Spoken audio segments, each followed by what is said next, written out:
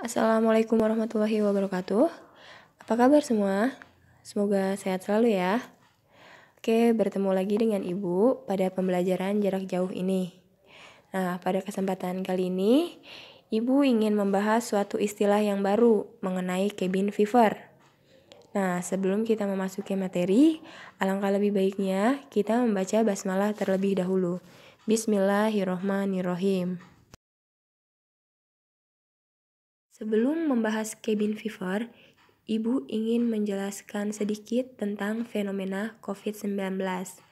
Nah, kasus positif COVID-19 di Indonesia yang pertama kali dideteksi pada 2 Maret 2020 ketika 2 orang terkonfirmasi tertular dari seorang warga negara Jepang. Sampai saat ini, pada tanggal 18 Juli 2020, Indonesia telah melaporkan 84.882 kasus positif terbanyak di Asia Tenggara dan melampaui Filipina. Sebagai tanggapan terhadap pandemi, beberapa wilayah telah memberlakukan pembatasan sosial berskala besar yang biasa kita sebut PSBB. Nah, sebagian wilayah tersebut telah mengakhiri masa PSBB-nya dan mulai menerapkan kenormalan baru atau new normal. Awalnya, cabin fever ditunjukkan pada perasaan kesal dan gelisah dari orang-orang yang tinggal jauh dari keramaian dan harus terjebak dalam rumah karena musim dingin dan salju yang menumpuk, sehingga membuat akses jalanan tadi tertutup. Tetapi pada belakangan ini, cabin fever ramai disebut lagi di tengah pandemi COVID-19, termasuk di Indonesia. Banyak orang yang sudah mulai mengeluh atau jenuh, bahkan stres karena sudah terlalu lama tinggal di rumah.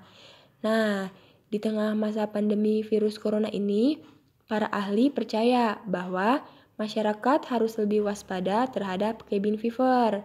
Apa itu cabin fever? Cabin fever adalah serangkaian emosi negatif atau sensasi yang menyedihkan yang dialami seseorang ketika mereka harus bertahan di rumah dalam jangka waktu yang lama. Berikut ini adalah gejala cabin fever yang harus diwaspadai selama masa pandemi. Yang pertama, kegelisahan, turunnya motivasi, mudah marah, mudah putus asa, sulit berkonsentrasi, pola tidur tidak teratur, sulit bangun dari tidur, mudah lesu, dan sulit percaya pada orang di sekitar. Mungkin sebenarnya keluar rumah adalah cara ampuh untuk mencegah cabin fever. Tetapi, mengingat masa darurat virus corona belum usai, bepergian keluar rumah bukanlah hal yang bijak. Selanjutnya, penyebab dari cabin fever. Yang pertama, karena tidak melakukan apapun di rumah. Awalnya, dianggap liburan karena COVID-19 dalam jangka waktu yang lama dan bersantai dalam waktu lama karena dianggap tidak ada pekerjaan. Oke, pembahasan terakhir. Berikut tips mencegah cabin fever yang bisa dicoba. Yang pertama, membawa dunia luar ke dalam rumah, seperti membuka jendela untuk menghirup udara segar.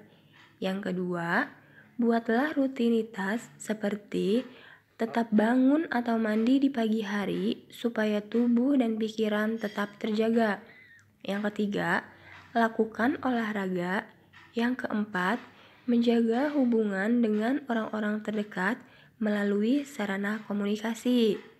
Dengan adanya internet dan teknologi, kita masih tetap bertatap muka dan ngobrol dengan keluarga, teman, ataupun sahabat yang ada di luar kota. Sebab, tetap menjaga silaturahmi di tengah kecemasan ini membuat kita merasa tidak sendirian. Dan tips yang terakhir, ekspresikan diri dari kreatif.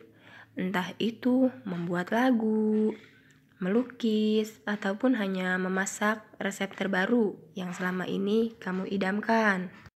Jadi, kesimpulan materi yang sudah kita bahas ialah kita perlu belajar bagaimana kita beradaptasi dengan kondisi kita sekarang ini. Tetapkanlah kepada diri kita batasan-batasan apa yang perlu kita lakukan. Kalau memang kita bosan di dalam rumah, kita bisa mungkin sedikit keluar untuk berjemur atau bersosialisasi dengan tetangga. Tetapi ingat, harus tetap menggunakan masker dan tetap menjaga jarak. Lakukanlah upaya cuci tangan setelahnya. Ini yang bisa kita lakukan. Kita bisa tetap berolahraga, asalkan tetap menjaga jarak seperti itu. Ini untuk membantu kita mengurangi dampak dari cabin fever tersebut. Oke, sampai di sini dulu ya pembahasan kita untuk hari ini. Semoga bermanfaat untuk semuanya. Kurang lebihnya ibu mohon maaf. Wabillahi taufik wal hidayah. Wassalamualaikum warahmatullahi wabarakatuh.